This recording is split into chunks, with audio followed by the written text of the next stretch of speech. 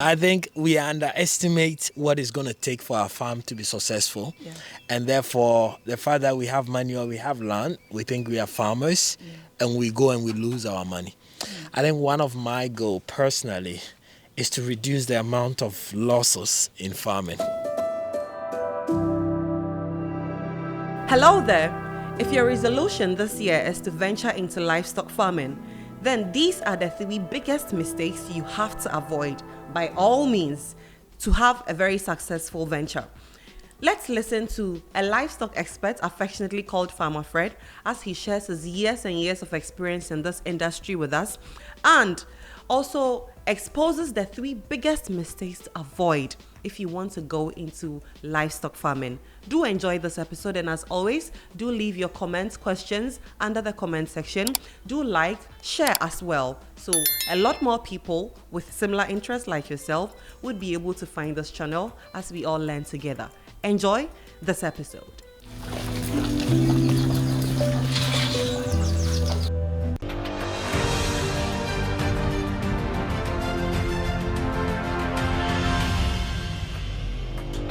Fred, welcome again. Thank you very much, Nadia, and good to have you here at the farm.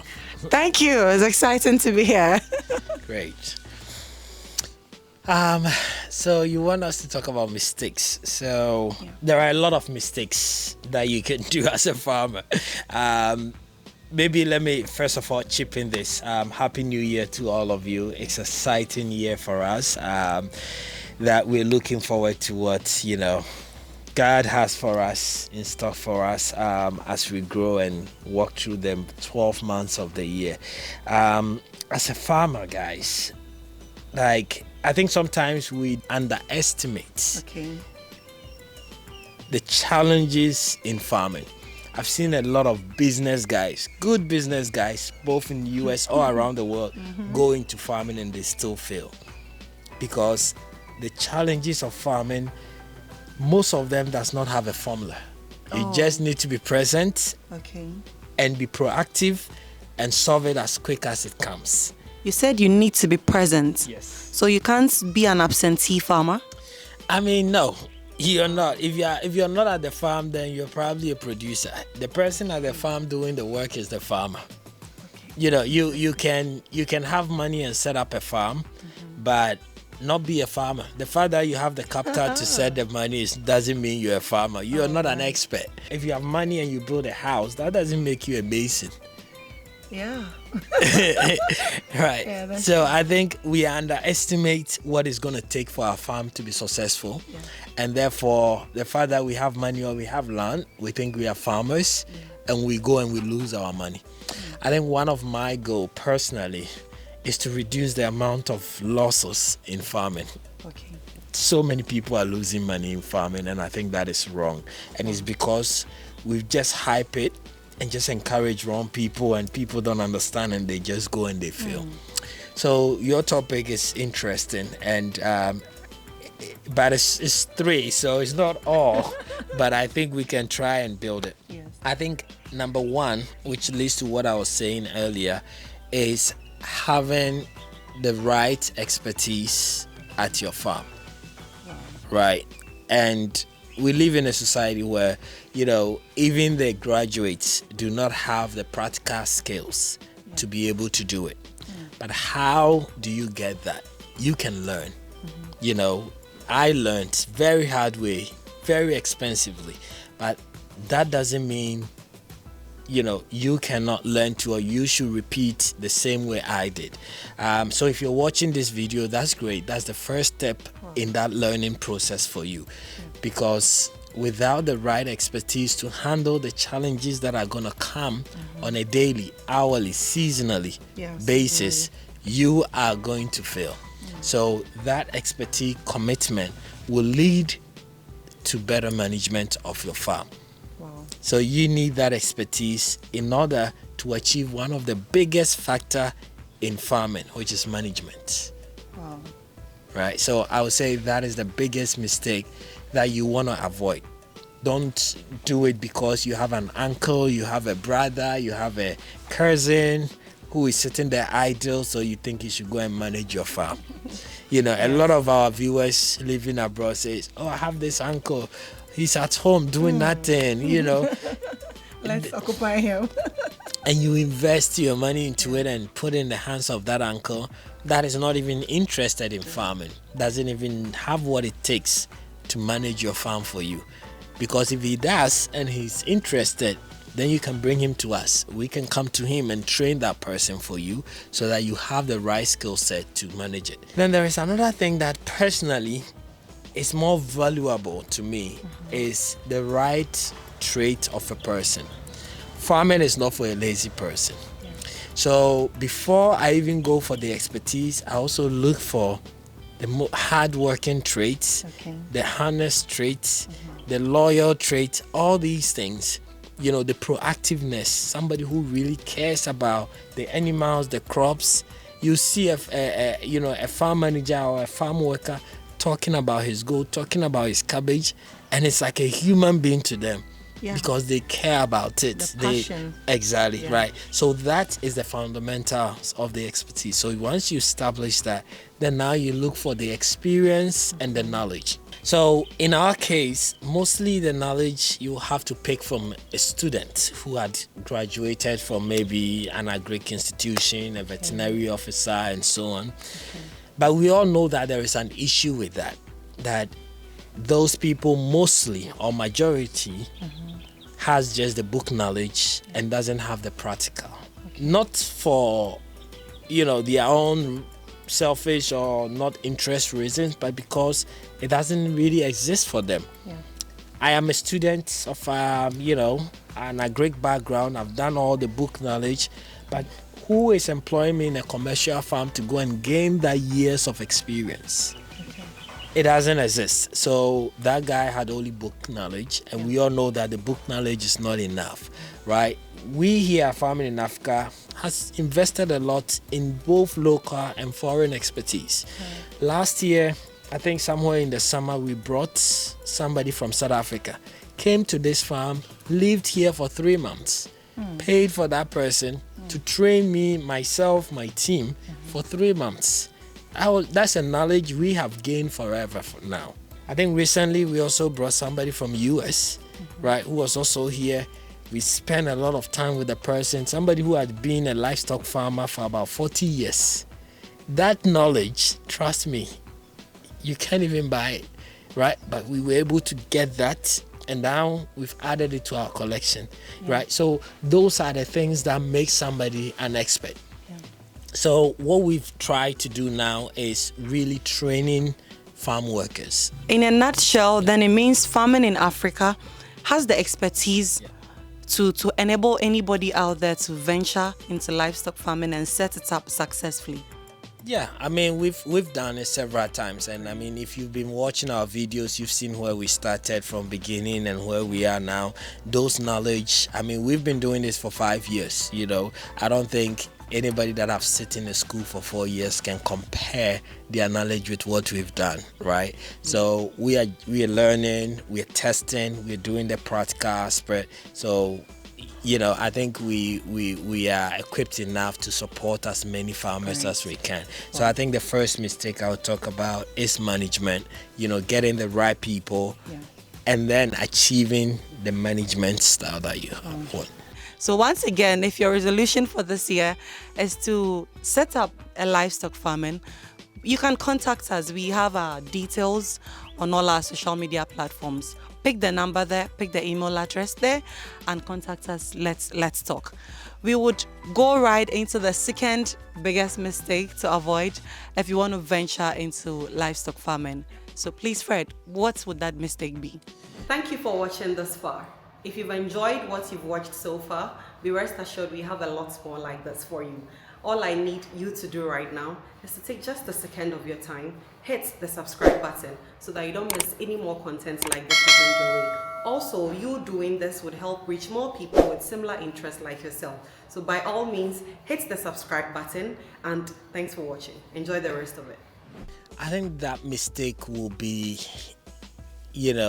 the magnitude at which people start. So I understand that you want it to be worth your time. Yeah. But I always say this: start small but dream big. Some people, most people that actually reach out to us have the capital to start. And when they come in and you tell them start with 5, they are like, That's too small. why, dude? I can start. Why are you not talking about 30, 40, 50? And I say, yes, that's the goal. There's nothing preventing us from getting there. But I'm not saying start with 5 because I think you don't have money. I'm saying start with 5 because there is so much we need to understand. Not just even in the goat farming in general, but with your environment. Where is your land? Your soil, like your landscape, the breed that you're going to start with. Use that same time to also train and build your own workers. Use that same time to understand the climate and the season of that place. So there is so many things that money cannot buy. It's only time that will tell you, right, what you're dealing with. So you might have all the money in the world, but you know that if you're in the front plains, your raining pattern is different from somebody in Kumasi. That's true. Yeah. Your soil type is different. The type of bacteria you will even be fighting with is completely different from somebody in the north. Okay. Right. So it's only time and seasons that will help you gain the experience. But do you want to put all your money in whilst you're learning, or do you want to test with at least small, and then as you understand it, now go all big, right? And sometimes that's I think from ego. People start farm for so many reasons. They're like, when my friends come there, I want them to see that, yes, they have to be impressed. This is my farm. And I remember when we started our agro shop in Achimota, I started with one of everything, and the shop was very empty. I'll have friends who come there and they'll be like, Fred, why? Are you joking? Why is this shop empty? You call this a shop? And I was like, yes, I need to understand my customers. What do people want? If I have 1 or 2 or 3 and somebody comes and buy all the 3, what does that tell me? The money I have, I go and I buy not 3 now, but I can buy maybe times 10 because I know that is a moving thing, right? But you see that I'll have a product that in 1 year nobody has bought. Imagine if I have bought times 10 of that product, that money is gone. So it's business, and it's the same thing that applies to farming as well. Like you need to understand what you're dealing with. Who are your audience? Who are your customers? Right? And then once you have established that, then you can go all in. Right? So it's not just something that you do without understanding, because the challenges are real, man. And if you don't, you can recover. But if you start with 5 and it doesn't work, guess what? You've learned something. Now you start with another 5. If you're able to do better than the other 5, now it gives you confidence to go 10, to go 9. Starting poultry, we started with 300, then we went to 500, then we went to 1,000, then we grew all the way to 10,000 because we were learning, and that's what we do here. We started with 5 here, and now we're over 200. And that's the growth, because now we are confident. When we started, we didn't even know where to get medications from. So dying left and right, things that we could prevent, we didn't have the knowledge for 5 years. But now we have our medication plan, we have what we need, and we know exactly what we are doing. So any money I get, I say, let me buy 1 goat, let me buy 10 goats. I'm just confident now because I'm increasing.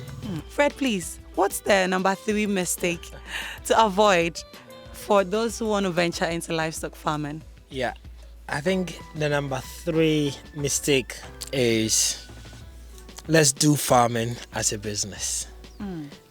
The passion is not going to get us there, because the moment you're about to start and you start approaching it like a business, you start asking the right questions, and there are some mistakes you wouldn't even do.